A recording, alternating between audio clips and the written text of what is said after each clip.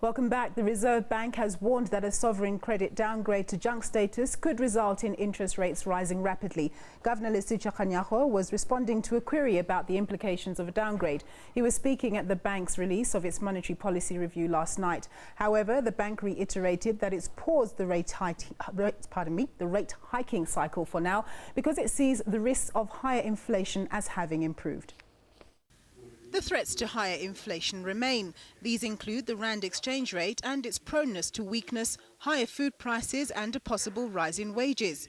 One Reserve Bank official spoke of the worry that as food inflation became more punitive, particularly for low-income households, this could drive up the tendency for higher wages, with the possibility of prices in general then spiralling out of control.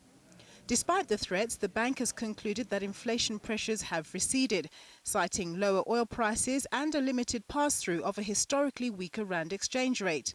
But the big question is, if the country is downgraded in December, what would happen to inflation and interest rates? If the exchange rate depreciates and it's a once-off shock, we see through that like we have done with any other shock to the exchange rate.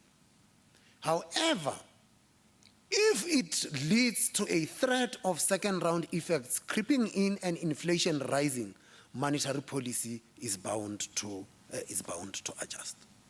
The Reserve Bank says while headline consumer inflation sat at 5.9% in August, which is within the 3 to 6% target band, it says it will be setting the bar very high before it will consider cutting rates.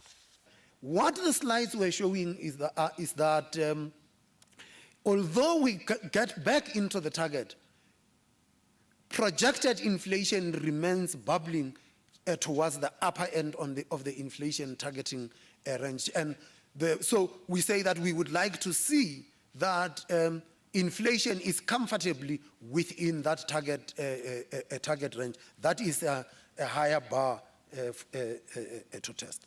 Some analysts say that high bar would probably be consistent headline inflation of around 4.5%. For now, though, much hangs in the balance, especially when looking at the effects of the drought, which some have deemed to have ended.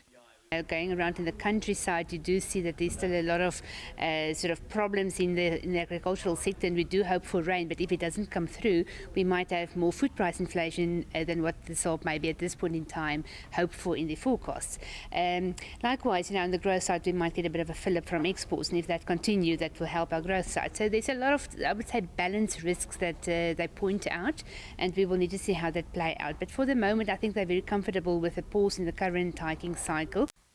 The bank noted that low bond yields in developed nations continued to be positive for emerging markets like South Africa, which are benefiting from robust capital inflows in sovereign bonds, which return far higher interest rates.